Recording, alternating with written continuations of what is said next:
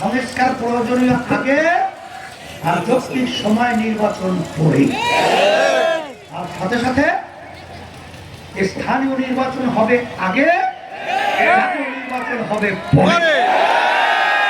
এই হিসেবে আমার ভাইদেরকে বলবো, মাঠ কিন্তু উর্বর। এই উর্বর জমি যদি ফসল ফলাতে না পারেন, এটা আমার জন্য আপনাদের সকলের জন্য দুঃখ। এখানে কিন্তু মাঠ কখনই খালি থাকে না, মাঠ কিন্তু আঘাতে জন্মাবে। এখন ফসল ফলাতে হলে যখন মাঠে খেলোয়াড় নামে, এক খেলোয়াড় যদি 100 বেগে নয় দৌড়ে দেয়, আপনি যদি 50 বেগে দৌড়ান, 100 মাইলকে ধরা যায়?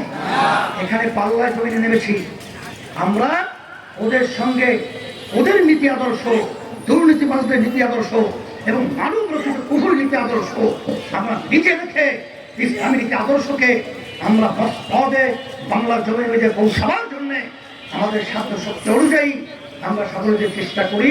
আল্লাহর ফজলতের আশা করছি, আল্লাহর রহমতের উপর ভরসা করে আল্লাহর রহমতে ওরা আমাদের সামনে টিকতে পারবে না।